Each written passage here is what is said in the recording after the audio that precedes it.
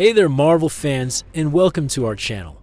If you're like us, you have seen Fantastic Four First Steps and witnessed the introduction of Marvel's first family into the Marvel Cinematic Universe. Today we're diving into Marvel Studios' bold, retro-futuristic Phase 6 launch and how it brings one of the most legendary storylines in comic book history to the big screen. Did they faithfully adapt most of the classic story?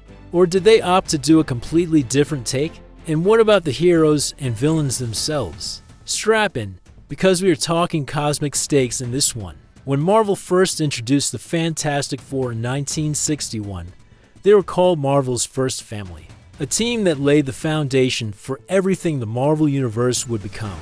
Just a few years later, in Fantastic Four number 48 to number 50, readers witnessed one of the most epic sagas in all of comics, the Coming of Galactus. This was the saga that gave us the Silver Surfer, the Cosmic Herald, and his master, Galactus the Devourer of Worlds. It was massive in scope, beautifully illustrated by Jack Kirby, and layered with existential themes and emotional nuance by Stan Lee.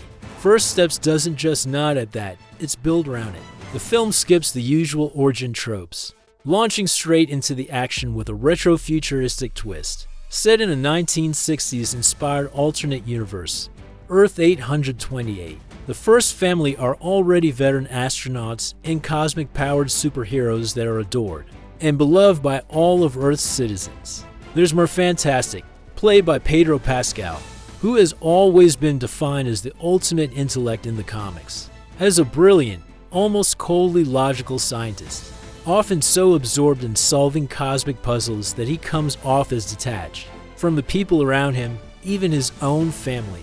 Pedro Pascal's take in Fantastic Four First Steps gives us something a little warmer. His Reed is still brilliant, but he is not as aloof or unapproachable as comic Reed can sometimes feel. In both the comic and the film, the Invisible Woman is the emotional heart of the Fantastic Four. At her best in the comics, Sue is equal parts nurturing, courageous, and fierce, often the one who reminds Reed of his humanity.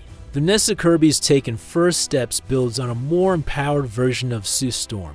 Sue's younger brother Johnny is the Human Torch, played by Joseph Quinn. He is the Fantastic Four's hothead in more ways than one. As young, brash, impulsive, and sometimes reckless, Quinn portrays the character with that familiar sarcastic wit and rebellious streak. But instead of just being a one-note prankster, his Torch has a bit more depth. He brings a restless, slightly chaotic energy to the role, which makes him feel like the team's wildcard. Unpredictable but magnetic. Then there's the ever-loving thing played by Ebon Moss-Bachrach. In the comics, Ben Grimm is the heart and soul of the Fantastic Four. After being transformed into the rocky, orange-skinned thing, he becomes the team's muscle, but his story is always more than just brute force. Ben embodies tragedy and resilience, has cursed with a monstrous exterior, but inside is loyal, kind, and deeply human.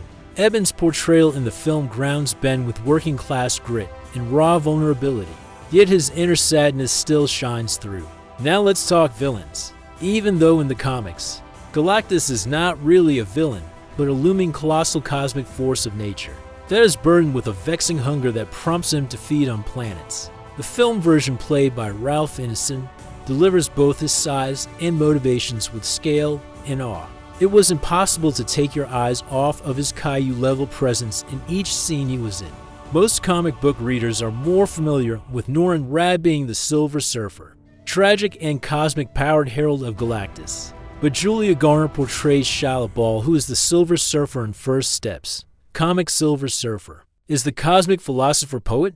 Grand and tragic, Julia Garner's version keeps that tragedy intact but grounds it in a more vulnerable, human performance. Now, the story the film is loosely based on, The Coming of Galactus, was the most epic and grandest story in comics at that time. With Galactus suffering from his cosmic hunger, he must consume the life energy of entire planets to sustain himself. Thus, the Silver Surfer came upon Earth for him to feed upon. Earth was not special in any way. It was just another source of power and cosmic energy. The Fantastic Four heroically confronted the threat, but were utterly overwhelmed by the size and might of Galactus. The conflict escalates to a higher plane when the Watcher intervenes, guiding the Human Torch to retrieve the ultimate nullifier from Galactus' ship. The nullifier forces Galactus to withdraw, not because he values Earth, but because the immensely powerful weapon threatens even him. In Fantastic for First Steps, Galactus is reimagined with a more layered purpose than his classic comic book hunger. While he is the devourer of worlds and seeks nourishment, he also seeks a replacement of sorts. He senses that the unborn child of Reed and Sue has been imbued with a portion of the power cosmic, which is the source of his own vast powers. Galactus perceives the baby as something unprecedented, a potential successor or a being who could feed him without him having to consume planets. So he gives the family a choice that no parents would want to make: give up their infant son to save Earth. Of course, they refuse this offer and have to devise another way to defeat the cosmic giant. As opposed to the comic story, the resolution to the conflict involves much more planning and effort by the whole team. In the end, Reed creates a teleportation device that would send Galactus to the outer reaches of the universe. In order to do this, they made the difficult decision to use baby Franklin as bait to lure him into position to be pushed into a huge portal. They attempted to swap Franklin with an empty carriage to trick Galactus, but he was not fooled and went after the real child. A fierce and desperate battle ensued as Sue used her invisible force field powers to push the giant into the portal, while the rest of the team rescued the baby. Galactus resisted the portal pulling him in, but then Shala Ball flew in and pushed him further through and into the portal, trapping herself with him in the distant reaches of space. So both the film Fantastic for First Steps and the comic story, The Coming of Galactus, involved the Fantastic for fighting to save Earth from the planet Devourer and his herald, the Silver Surfer.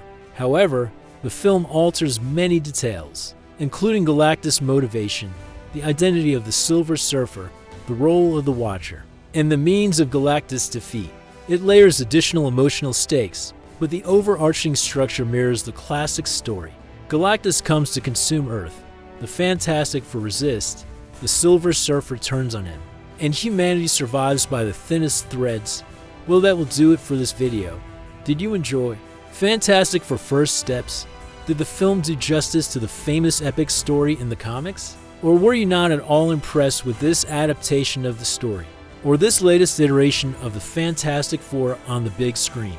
Please let me know what you think in the comments. Come back to see more deep dives of movies and TV shows to point out how well or how bad the source material was adapted. Thank you for watching and take care.